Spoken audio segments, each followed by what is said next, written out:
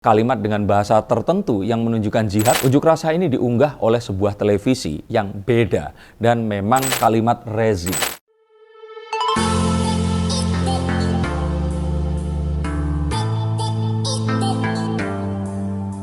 Halo Science-Seekers, kembali berjumpa bersama saya Denny Darko. Tidak ada yang namanya misteri, yang adalah tanda-tanda yang kita semua coba untuk mengerti. Tanggal 22 bulan 2 tahun 022. Mungkin karena tanggal cantik ini, beberapa massa ini melakukan unjuk rasa atau demo menentang pemindahan ibu kota negara dan meminta undang-undang tentang pemindahan ibu kota negara ini dicabut.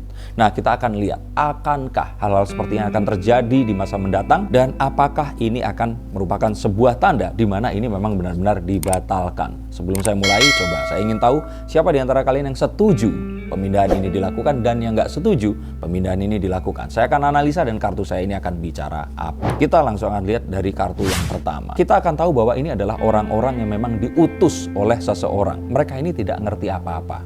Mungkin orang yang mengutus ini pun memiliki maksud yang berbeda. Tapi jelas mereka yang datang tidak mengerti apa yang mereka akan sampaikan.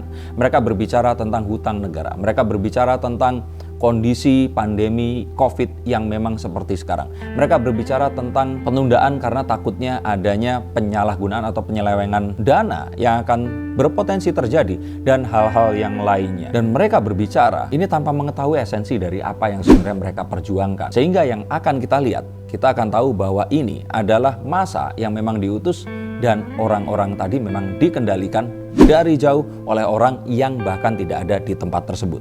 Yang paling tidak masuk akal di sini, kita akan ambil satu. Mereka bicara tentang COVID-19 dan mereka selalu berbicara tentang seperti ini dan apa yang mereka sampaikan selalu memiliki kontradiksi dengan apa yang disampaikan sebelumnya. Mereka ini adalah orang-orang yang sama dengan orang-orang sepertinya yang menolak adanya vaksinasi.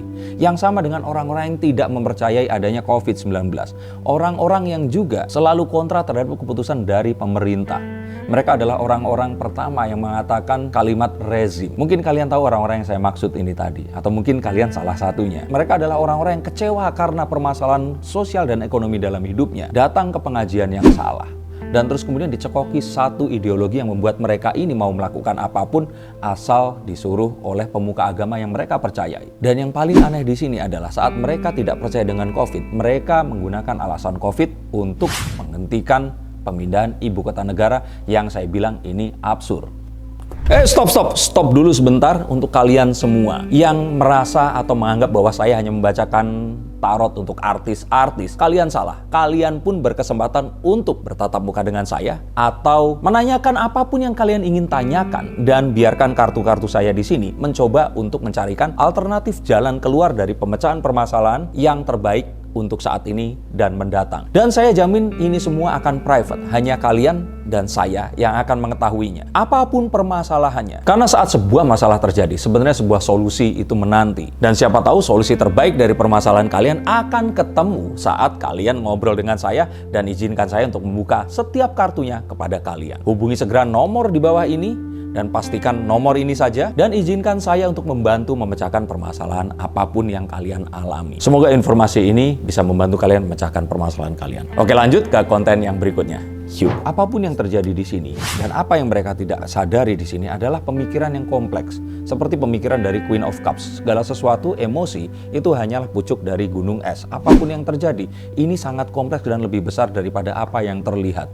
Dan ini semua kalau ditarik menjadi sebuah kata, ini adalah satu kata yang memang dibutuhkan dan selama ini membuat ketimpangan terjadi di mana-mana, yaitu pemerataan pembangunan. Dan dengan pemindahan ibu kota negara, pemerataan pembangunan diharapkan akan lebih bisa dilakukan dan akan lebih mungkin terjadi di masa mendatang. Dan kalau kita lihat lagi di sini, sebenarnya seperti tadi saya bilang, ini adalah orang yang lu lagi, sama-sama lagi, orang yang dia lagi. Dan kalau saya katakan ini, bukan berarti saya memiliki sebuah sentimen negatif terhadap satu kelompok, tapi yuk kita akan lihat tanda apa saja yang saya cermati di sini. Yang pertama, di sini kita akan lihat bahwa mereka ini memiliki satu tujuan yang sama, ego yang sama untuk menentang apapun yang dikatakan oleh pemerintah saat ini. Dan mereka di sini menunggangi apapun asalkan mereka bisa menyuarakan ketidaksukaannya itu tadi. Kita lihat dari mobil komando yang sama. Ini adalah mobil komando yang sama yang digunakan saat mereka berorasi di tempat-tempat yang kita tahu itu ada di mana. Bahkan di sini kita akan tahu orasi yang mereka pernah lakukan di kawasan Monumen Nasional ini tadi. Kalau kita lihat fotonya, memiliki kesamaan mobil yang sama yang mereka gunakan. Juga yang sama digunakan saat mereka menolak vaksin untuk anak-anak kemarin ini. Dan ini adalah satu hal yang klise, terjadi lagi dan terjadi lagi. Bahkan kalau kita lihat lagi di sini, atribut yang mereka gunakan ini memiliki hal yang sama, yaitu misalkan topi bertuliskan satu kalimat dengan bahasa tertentu yang menunjukkan jihad, topi hitam bertuliskan putih yang kalau kita lihat di tayangan ini pasti langsung akan terlihat, dan juga gerakan-gerakan seperti tangan menunjuk ke atas yang biasanya dilakukan oleh sebuah kelompok dari aliran Islam tertentu yang ditunggangi, dan mereka biasanya selalu kontra terhadap keputusan politik apapun yang terjadi dan diputuskan oleh pemerintah. Dan kalau kita lihat di sini, kebanyakan dari mereka ini adalah ibu-ibu yang clueless. Mereka nggak tahu apa yang mereka sedang perjuangkan. Ibu-ibu yang memang mayoritas pasti akan lebih lelah dibandingkan suaminya. Ibu-ibu yang lebih banyak mengurus urusan rumah tangga yang tampaknya lebih sederhana, padahal ini lebih merepotkan dibandingkan laki-laki yang pergi bekerja dan pulang hanya harus bawa uang. Nah, ibu-ibu ini tadi yang dimanfaatkan dengan emosi mereka yang meluap-luap, mereka dibawa ke suatu tempat dan diminta untuk mengikuti orasi dan menyuarakan apa yang mereka inginkan, padahal mereka sebenarnya tidak mengetahui dan clueless tentang apa yang mereka perjuangkan. Kalau memang ada di antara kalian seperti itu, silahkan tulis tulisan di bawah sini agar kalian mungkin bisa berdiskusi dengan orang yang memiliki satu pendapat yang berbeda dengan kalian. Dan jika ternyata yang ditakutkan di sini adalah penyelewengan, maka saya katakan di sini adalah awasi semuanya. Toh semuanya sekarang ini bisa diamati dan juga dilihat. Dan apapun yang terjadi tidak akan bisa lolos sebegitu saja seperti yang terjadi di masa lalu. Maka tetap amati dan kawal sehingga apapun yang akan terjadi akan tetap menuju ke sesuatu yang positif di suatu hari nanti. Dan pertanda bahwa saya melihat ada perubahan positif adalah unjuk rasa ini diunggah oleh sebuah televisi yang beda dan memang sering dianggap sebagai kontra dari pemerintah atau oposisi. Tapi komentar yang muncul di situ adalah komentar tentang dukungan terhadap pemindahan ibu kota negara itu sendiri, sehingga apapun yang mereka lakukan ini ternyata hanya dilakukan oleh segelintir orang yang mungkin saja masih kurang puas dan mempergunakan orang-orang yang bisa mereka manfaatkan untuk menyuarakan hal itu. Bahkan saya pikir orang-orang yang ada di lokasi itu, ibu-ibu tadi, mungkin mereka di hatinya juga setuju bahwa pemindahan ibu kota ini memang harus dilakukan. Sehingga jika apa yang akan ditanyakan tentang pemindahan itu akankah tetap terjadi, maka saya katakan apapun itu, ini sudah terjadi, sedang terjadi, dan akan selesai.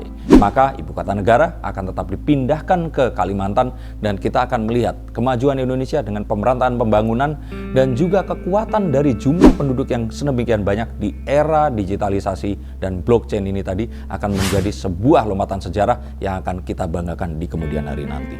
Terima kasih untuk kalian yang menyaksikan konten ini. Silahkan untuk subscribe dan mendukung channel ini agar saya bisa membahas banyak topik menarik dalam kehidupan kita. Dan untuk kalian yang ingin menanyakan tentang apapun dalam kehidupan kalian dari kartu saya, silahkan hubungi nomor di bawah ini. Saya akan jawab untuk semampunya, dan terima kasih atas perhatian kalian. Sampai jumpa dan salam.